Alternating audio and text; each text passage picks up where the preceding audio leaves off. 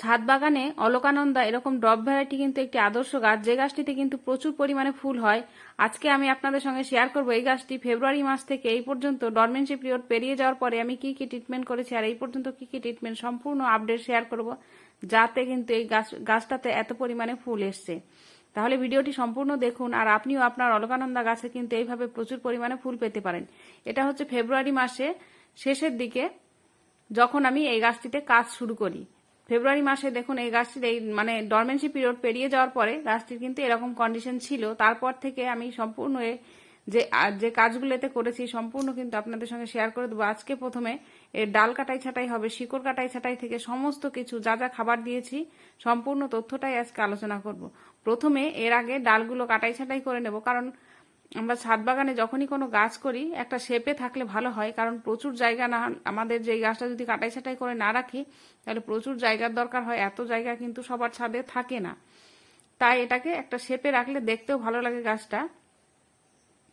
এবার ডালগুলো কাটা হয়ে গেল, এবার আমি মাটিটা চেঞ্জ করব, কারণ এই মাটিটা কিন্তু ফেব্রুয়ারি মাসে আগে চেঞ্জ করেছিলাম, তাহলে 1 বছর হয়ে গেছে, তাই এই মাটিটা এবার চেঞ্জ করে দিলে কি হবে, গাছটার কিন্তু নতুন করে প্রাণ ফিরে পাবে। গাছের মাটিতে কিন্তু কোনো রকম আর খাবার নেই, যেহেতু আমি কিন্তু গোটা শীতকাল গেছে এতে কিন্তু কোনো রকম খাবার দিইনি, আর ডরমেন্সি পিরিয়ডের সময় শুধু জলই দিয়েছে, এতে কোনো খাবার দিইনি, তাই এবারের মাটিটা পুরো চেঞ্জ করে দেবো। দেখুন ওপরের লেয়ারটা পুরো খাবার দিতে দিতে ওপরের লেয়ারটাও হয়ে গেছিল একদম, উপরে যে একটা লেয়ার পুরো একদম খাবারের লেয়ার হয়ে গেছিল। এবার আমি দেখুন নিচ থেকে মাটি আর শিকড় সব কেটে দেবো, আর ওপরে যে খাবারগুলো দিয়েছিলাম সেগুলো এখন ওপর থেকে ছাড়িয়ে দেবো, কারণ ওর মধ্যে আর খাবারের কোনো গুণাগুণ নেই।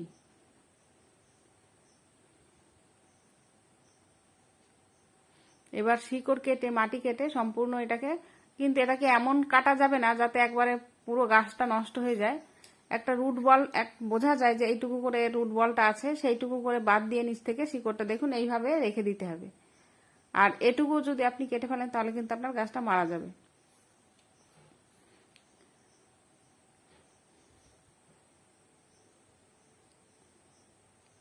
এবার হয়ে গেল আমার মাটি পরিষ্কার করা আর হলো ডাল কাটাই সেটা। এবার এর মাটিটা আমি টবটা তৈরি করা, টবটা কিভাবে আমি রেডি করছি সেটা দেখাচ্ছি। সেই টবটাতেই আবার বসাবো, নতুন টব না, এটা বড় টবই ছিল এটা। এবার নিচের দিকে দেব 2 গামলা মতো লিপ কম্পোস্ট, এটা প্রায় 14 ইঞ্চি একটা 12-14 ইঞ্চি একটা গামলা মানে টব, তার মধ্যে এটাকে আবার বসাবো। আমি একটু বড় সাইজের টবেই বসানো ছিল। নিচের দিকে 2 গামলা মতন দেখুন আমি লিপ কম্পোস্ট দিলাম, কারণ এটা কিন্তু আস্তে আস্তে ডিকম্পোস্ট হবে আর এই গাছটা কিন্তু নেবে। এবার আমি মাটিটা প্রস্তুত দেখিয়ে দেবো, আর নিচের দিকে এতটা খাবার দেওয়া থাকলে না এই খাবারটাই গাছটা অনেক দিন পর্যন্ত খাবার নিতে পারবে। এটা হচ্ছে মাটি, এটা কিন্তু যে মাটিটা আমি বার করলাম সেই মাটিটা না, এটা অন্য মাটি, পুরনো মাটি। তার মধ্যে দিলাম 1 গামলা মতন, মানে ছোট যে গামলাটা ওর 1 গামলার মতন আমি গোবর সার, আর এটা হাড় গুঁড়ো 1 মুঠো। আর মাটি কিন্তু একদম অয়েল ড্রেন মাটি তৈরি করতে হবে যাতে জল না বাঁধে। আমার যেহেতু পুরোনো মাটিতে আমি বালি মিশালাম না, এতে কিন্তু আপনারা বালি মিশিয়ে নেবেন যদি। আর তারপরে নিলাম শিংকুচি আর হচ্ছে নিমখোল। মাটিটা এমন তৈরি করবেন যাতে জল কোনো মতেই বেঁধে না থাকে এইভাবে। এবার নিলাম এটা হচ্ছে ইপসাম সল্ট। এবার আপনার এরিয়ার মাটি অনুযায়ী, আপনার এরিয়ার মাটি যদি বেলে দোআঁশ হয় তাহলে খুব বেশি বালি মেশাতে হয় না, আর যদি এঁটেল মাটি হয় তাহলে একটু বেশি বালি মেশাতে হয়। এইবার পুরো যে মাটিটা তৈরি করলাম সেটাকে ভালোভাবে মিশিয়ে নিলাম। এবার গাছটাকে আমি প্রতিস্থাপন করে দেব। নিচে 1 লেয়ার মাটি দিয়ে নিলাম লিপ কম্পোস্টের উপরে। এবার গাছটাকে বসিয়ে আমি মাটিটাকে ভালো মতো দিয়ে চেপে চেপে দেবো, যাতে কোনো মানে ভিতরে কোনো হাওয়া না থাকে। এইভাবে চেপে ভালো মতো দিতে হবে, চেপে।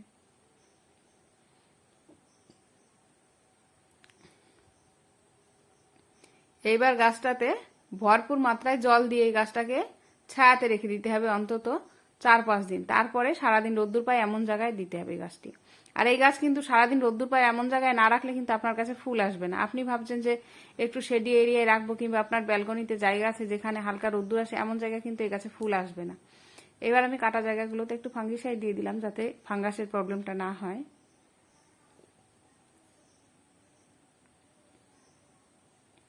আর যাদের ফাঙ্গিসাইড নেই তারা বাড়িতে হলুদ অবশ্যই থাকে, হলুদটা একটুখানি আঙুলের মাথায় নিয়ে দিয়ে দেবেন, তাহলে উপর থেকে শুকিয়ে যাওয়ার ভয় থাকবে না।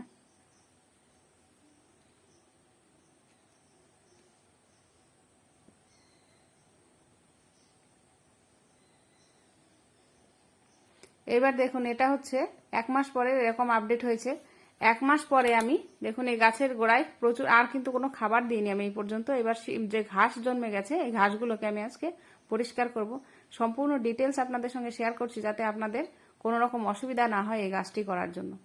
শিকড় পরিষ্কার করে এবার এই গাছগুলোতে খোল ভেজানো জল আর হচ্ছে কিচেন ওয়েস্ট কম্পোস্ট এই কদিনের মধ্যে, 1 মাসের মধ্যে আর কোনো রকম কোনো খাবারই আমি দিইনি। এইবার থেকে আমি শুরু করবো এতে লিকুইড খাবার দেওয়া।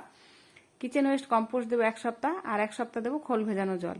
এইভাবে কিন্তু এই গাছটাকে আমি ট্রিটমেন্ট করব, আর এইভাবে কিন্তু গাছে ফুল আসবে। আরেকটি খাবারও দেবো, সেটাও আপনাদের সঙ্গে শেয়ার করছি।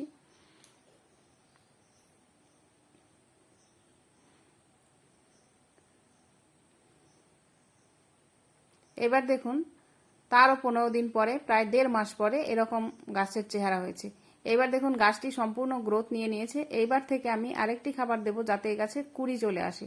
এখনো পর্যন্ত কিন্তু গাছে কুড়ি আসেনি, দেখতে পাচ্ছেন গাছে কোনো কুড়ি নেই। এরপরে আমি গাছে কুড়ি আসার জন্য পটাশিয়াম সমৃদ্ধ খাবার, সেখানে আপনি আলুর খোসা ভেজানো জল কিংবা কলার খোসা ভেজানো জল কিংবা পেঁয়াজের খোসা ভেজানো জল সেটাও নিতে পারেন। আবার কেমিক্যাল যে পটাশ আছে লাল পটাশ সেটাও নিতে পারেন, কিন্তু লাল পটাশটা নিতে গেলে আপনার পরিমাপটা অবশ্যই জেনে নিতে হবে, নাহলে গাছটা আপনার নষ্ট হওয়ার সম্ভাবনা থাকে। তাই যারা কেমিক্যাল সার ইউজ করতে চাইছেন না আর পরিমাপটার একটা ব্যাপার থাকে, তাই আপনারা সবসময় অর্গানিক ব্যবহার করুন, যাতে কিন্তু ফুল আসবেই। আমার গাছে যেহেতু এইভাবেই ফুল আসছে, আপনাদের কাছেও আসবে, ফুল আসবে। আর গাছের রিস্কটা কম থাকবে, যে বেশি হয়ে গেল মানে যে মারা যাবে তা নয়। কিন্তু যে কোনো জিনিসই ব্যবহার করার একটা লিমিট আছে। আপনি যখন কলার খোসা ভেজানো জল একদম সরাসরি ভিজিয়ে নিয়েই গাছের গোড়ায় দিয়ে দিলেন, তাতে কিন্তু আবার জল মেশাতে হবে। সরাসরি কিন্তু এইভাবে, যে আমার যে বাটিটায় দেখলেন ওটা কিন্তু ওইভাবে মেশানো মানে দেয়া যায় না, তাহলে গাছের ক্ষতি হয়।